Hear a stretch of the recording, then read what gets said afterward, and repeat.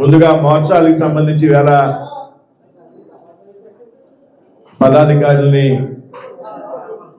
ప్రకటించినందుకు ముందుగా జిల్లా టీముని అభినందిస్తూ భారతీయ జనతా పార్టీకి సంబంధించి మోర్చాల యొక్క ప్రాధాన్యత చాలా ఎక్కువగా ఉంటుంది అనేటువంటి విషయం మనందరికీ కూడా తెలుసు.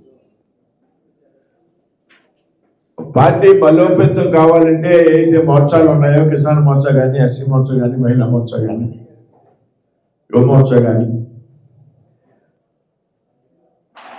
ఆయా వర్గానికి చెందినటువంటి ప్రజల్లోకి బలంగా వెళ్ళగలిగినప్పుడే, ఆయా వర్గాలకు సంబంధించి పెద్ద ఎత్తున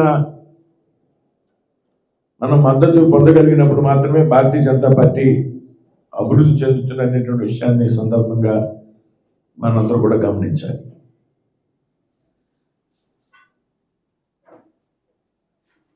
ఇవాళ బాధ్యతలు స్వీకరించినటువంటి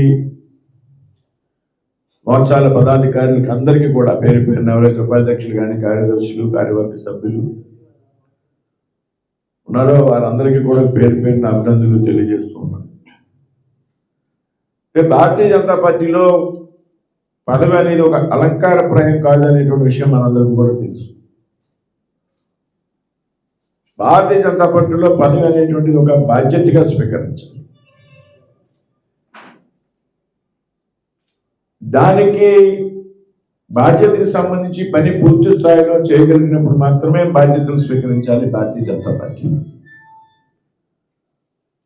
ఎప్పుడో పేపర్ ప్రకటన ఇవ్వడానికో లేకపోతే విజిటింగ్ కార్డు వేసుకోవడానికో భారతీయ జనతా పార్టీలో పదవులు రావు, ఎవరు కూడా రకంగా.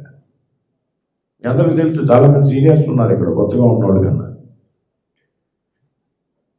నిబద్ధతతో మనకు అప్పచెప్పినటువంటి బాధ్యతకి సమయం ఇచ్చి పనిచేయడం భారతీయ జనతా పార్టీ కార్యకర్తగా మనందరి యొక్క బాధ్యత అనేటువంటి విషయాన్ని మనం గమనించాం. అది జిల్లా పార్టీ కానీ, రాష్ట్ర పార్టీ కానీ నియామకాలు చేసేటప్పుడు ఈ విషయాన్ని పరిగణలోకి తీసుకుంటాం. ఎవరైతే సమయం ఇచ్చి పనిచేస్తారు వారిని నాయకత్వం ప్రోత్సహిస్తుంది అనేటువంటి విషయం మీరు అందరూ కూడా గమనించాలి. భారతీయ జనతా పార్టీలో అతి చిన్న స్థాయి కార్యకర్త కూడా పార్టీ పరంగా కానీ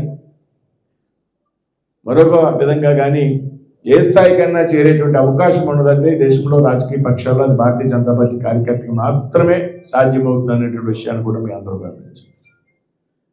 బీజేపీలో కార్యకర్తలు ప్రోత్సహించేటువంటి విధంగా ఏ పార్టీలోనూ కూడా ప్రోత్సాహాన్ని ఇచ్చేటువంటి అవకాశం లేదు, పరిస్థితి లేదు అనేటువంటి విషయం కూడా మీ అందరూ కూడా దాని శ్రీనివాసవరం గారి మంత్రి అయిన పాగా సత్యనారాయణ గారు రాజ్యసభ సభ్యులైన రేపు పొద్దున్న మరొకరికో మరొక బాధ్యత వచ్చిన కష్టపడి అనేక సంవత్సరాలుగా పనిచేసినటువంటి కారణంగానే వచ్చింది తప్పించి పైరవీల ఆధారంగా కానీ, డబ్బు ఆధారంగా కానీ, కులం ఆధారంగా కానీ రాలేదనేటువంటి విషయాన్ని కూడా మనం అంతా కూడా గమనించాం. కాబట్టి మీకు ఇచ్చినటువంటి బాధ్యతని సక్రమంగా నిర్వర్తించేటువంటి విషయంలో శాయశక్తిలో ప్రయత్నం చేయాలని మిమ్మల్ని అందరూ కూడా కోరుతున్నాను. వాస్తవంగా మాకెవరికి ఎవరెవరికి బాధ్యతలు ఇచ్చారో కూడా తెలియదు.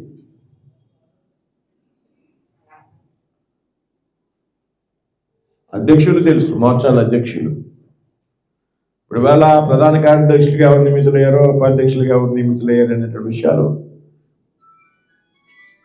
నేనైతే దాదాపు 20-25 రోజులుగా ఊళ్ళో లేను. మధ్యలో ఒకరోజు మాత్రం రాగలిగాను. రాత్రికి కేరళ వెళ్తాను. దాదాపుగా ఏప్రిల్ 10 వరకు కేరళలో ఉండాలనేటువంటి విషయాన్ని పార్టీ జాతీయ నాయకత్వం చెప్పడం జరిగింది. దాదాపు 50 రోజులు ఇక్కడ పనిచేసేటువంటి నాయకత్వం స్థానికంగా జిల్లా పార్టీ ఆలోచన చేసి ఎవరైతే మన అప్పచెప్పిన పనిని పార్టీ పరంగా కష్టపడి పనిచేస్తారో వారికే బాధ్యతలు ఇచ్చుంటారని ఆశిస్తున్నాను. నేను అందరూ కొత్త మగాళ్ళు లేవు, నాకు తెలుసుండి. గతంలో పార్టీలో పనిచేసినటువంటి వ్యక్తులు, మండలాల్లో పనిచేసినటువంటి సిరిగడ కార్యకర్తలు ఉన్నారు. కాబట్టి మీరందరూ కూడా మరొక సమయం చూసి మోర్చాల వారీగా సమావేశాలు పెడదాం. ఇలాగ అందరూ కలిపి కూర్చుంటే కూడా క్లారిటీ ఉండదు. కాబట్టి కిసాన్ మోర్చా ఒక పూట, యువ మోర్చా ఒకసారి, మహిళా మోర్చా కానీ, ఓబీసీ మోర్చా కానీ, మోర్చాల వారీగా సాధ్యమైనటువంటి త్వరలో సమావేశాన్ని నిర్వహించుకుని మోర్చాల యొక్క కార్యవర్గ సభ్యులు కూడా పిలుచుకుని ఏ విధంగా మోర్చాని ముందుకు తీసుకెళ్లాలనేటువంటి విషయంలో ఒక ఆలోచన చేసి మంచి ప్రయత్నం చేసేటువంటి దిశగా మనందరూ కూడా ముందుకెళ్దాం. ఈ కుంభకోణంలో ఉన్నటువంటి యూరియాను తొలగించేటటువంటి ప్రయత్నం కానీ, దాన్ని నియంత్రించేటటువంటి పరిస్థితి కానీ అంతకు ముందు ఉన్నటువంటి ఏ ప్రభుత్వాలు చేపట్టినటువంటి పరిస్థితులు నరేంద్ర మోడీ గారు ప్రధాని అయిన తర్వాత సైంటిస్ట్ని పిలిచి, అగ్రికల్చర్ సైంటిస్ట్ని పిలిచి ఈ యొక్క యూరియాని మనం ఏ రకంగా ఈ స్మగ్లింగ్ నుంచి దూరం చేయగలం అనేటటువంటి యోచన చేసినప్పుడు వారు ఒక సలహా ఇచ్చారు. వేపపోతను కనుక అద్దినట్టయితే ఆ యూరియా కేవలం వ్యవసాయానికి తప్ప దేనికి పనిచేయదు అనేటటువంటి ఒక నిర్ణయం చేసింది. ఆ నిర్ణయాన్ని తక్షణం అమలు చేసి దాదాపుగా ఈ 10 సంవత్సరాల్లో యూరియాను పూర్తిగా కుంభకోణం నుంచి బయట పడవేయడంతో పాటు రైతులకు కావలసినటువంటి యూరియాను పుష్కలంగా అందించినటువంటి ప్రభుత్వం భారతీయ జనతా పార్టీ నేతృత్వంలోని నరేంద్ర మోడీ గారి యొక్క ఆధ్వర్యంలో జరుగుతున్న కారణంగా రైతులు భారతీయ జనతా పార్టీ పక్షాన ఉండాలని చెప్పి కిసాన్ మోర్చా ఆ యొక్క సమాజంలో తీసుకెళ్లేటువంటి ప్రయత్నం. ఇది పాయింట్ నెంబర్ 1. పాయింట్ నెంబర్ 2, వ్యవసాయానికి సంబంధించినటువంటి ఉత్పత్తులను ద్విగుణీకృతం చేయాలనేటటువంటి ఆలోచన. లాభ సాటిగా వ్యవసాయాన్ని మార్చాలి.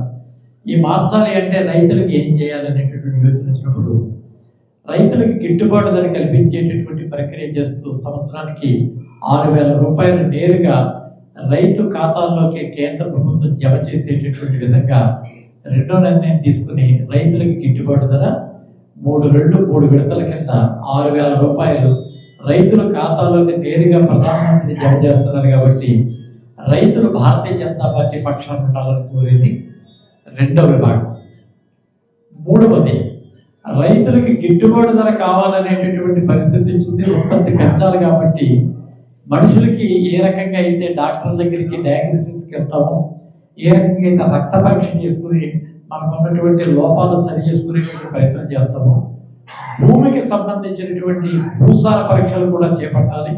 ఆ భూసార పరీక్షలు చేసేటటువంటి ప్రక్రియ మొదలుపెట్టేటువంటి ప్రభుత్వం, తద్వారా ఆ భూమిలో నత్రజని తక్కువ, హైడ్రోజన్ సోడియం తక్కువ, కాల్షియం తక్కువ, మెగ్నీషియం తక్కువ, మ్యాంగనీస్ తక్కువ, ఏది తక్కువైతే దానికి తగ్గ పోషకాలను ప్రత్యామ్నాయంగా అందించేటటువంటి ఒక శాస్త్రీయ విధానాన్ని అవలంబించినటువంటి ఈ ప్రభుత్వం ఈ యొక్క భూసార పరీక్షలను ప్రవేశపెట్టింది. కాబట్టి రైతులు బీజేపీ పక్షాన ఉండాలని కోరేటటువంటి హక్కు భారతీయ జనతా కిసాన్ మోర్చా పక్షాన రైతుల్లో మనం మన వాదన తీసుకెళ్లేటువంటి పరిస్థితి.